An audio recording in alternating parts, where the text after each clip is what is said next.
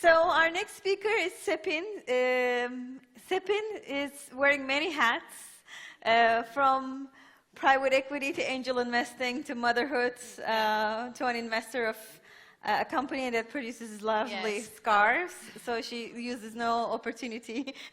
She doesn't miss an opportunity to promote it. So here you go. The floor is yours. Thank you, Melek. So welcome, everyone. Melek asked me to talk about my journey from private equity to angel investing so far. So that has been my journey. And when I ask myself, what is the critical thing about this journey from, 12, 13 years of private equity to angel investing, I think the most, what strikes me is this question that's always in my brain, and that is, what am I passionate about? Now, with who I am today, here, I have an answer to that. And the answer today is I'm very passionate about women. Oops, sorry. And I'm very passionate about children. I think women who have financial power, and by that I mean equity and capital. I don't just mean women labor participation. I mean good equity. And women who have parliamentary power are those people who will be pushing the limits, and those people who will be challenging the world we live in today to make it a happier place, hopefully. And also, I believe in the happy rearing of children. I think, again, happy children, this mic, sorry about, pushing it all the time. I think happy children will, again, challenge the world to make it a happier place, but I won't go into the children part of me, but I do see children as teachers. I believe a lot in women empowerment. And so today I answered as women and children, but the journey wasn't very easy, or it wasn't a short one.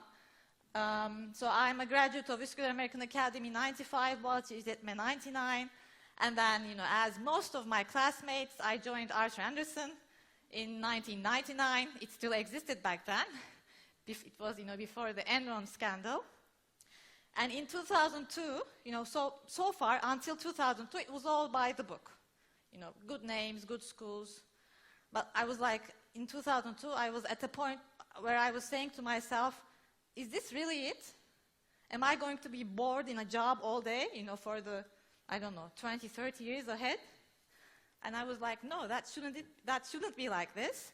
And I joined a firm, which is called now, most of you probably know it. It's called Türkmen Private Equity. Türkmen had no investments, a very small amount of money to manage. It had it was founded by three very smart men, who I'm still friends with, but they had no prior private equity experience. But I said, heck, okay, I'll give this a shoot. And, probably most of you know the story. Türkmen is now by far the most successful private equity firm in Turkey. We invested in very good companies, but we made sure that we were investing in good people. So it wasn't the companies we were seeking, we were trying to seek good people. And also we formed a team of very good people. So people was always the first item on our agenda. So we did very good investments. I won't go into the detail of that. I'm watching the time, so you can, check it out on Türkmen's website. Very good investments, very successful exits. And in the meantime, I became the first woman private equity partner. So it was good, I was enjoying myself, but there was a missing piece. And something was, again, spurring in me. And I was like, what is it? What is it? I'm not able to find the answer.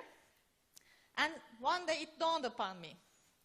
It's motherhood. It's not what the heck. I would have preferred to use the word, the F word, but I'm being polite. So it was basically what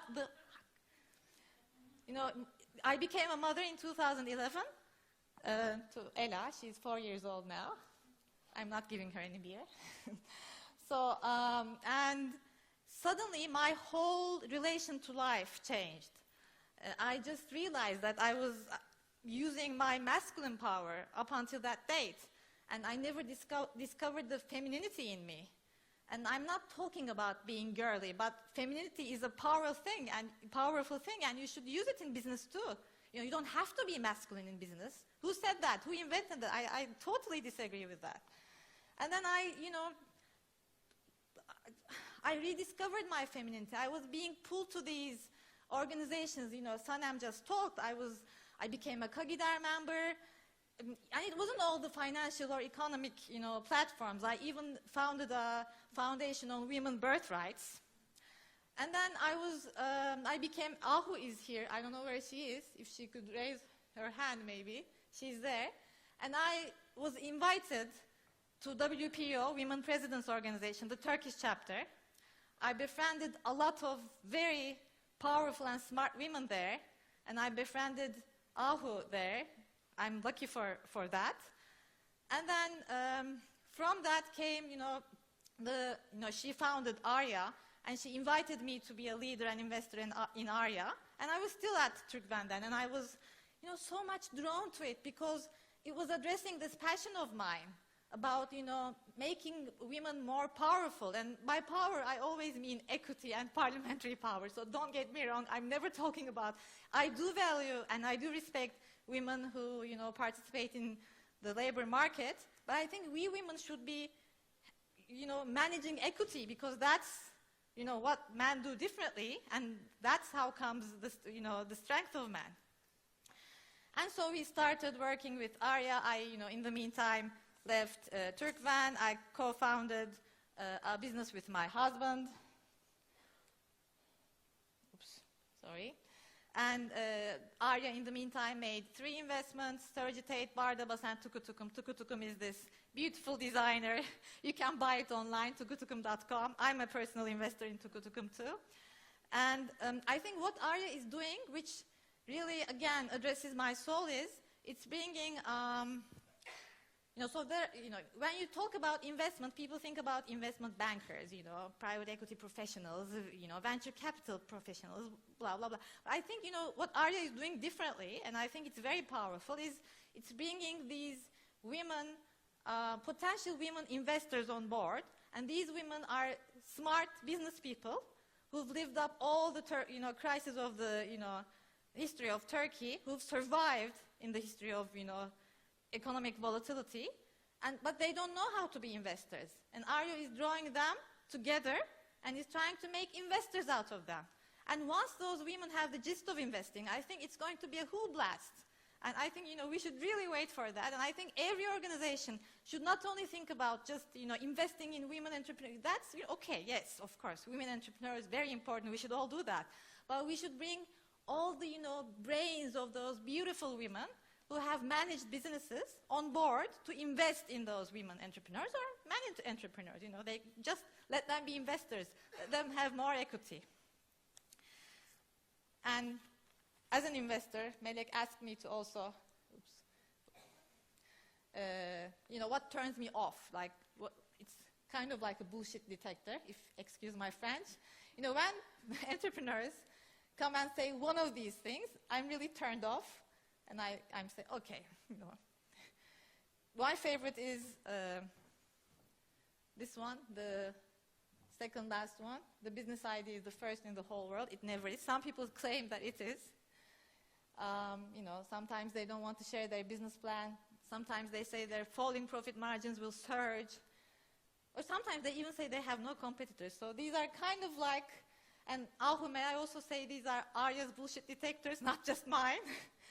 Again, and my motto, and I think as an Arya investor and an Arya leader, I should say this is also Arya motto. I think we should be looking for people who can work with people. Again, people. When you invest in people, you get really good results. Thank you.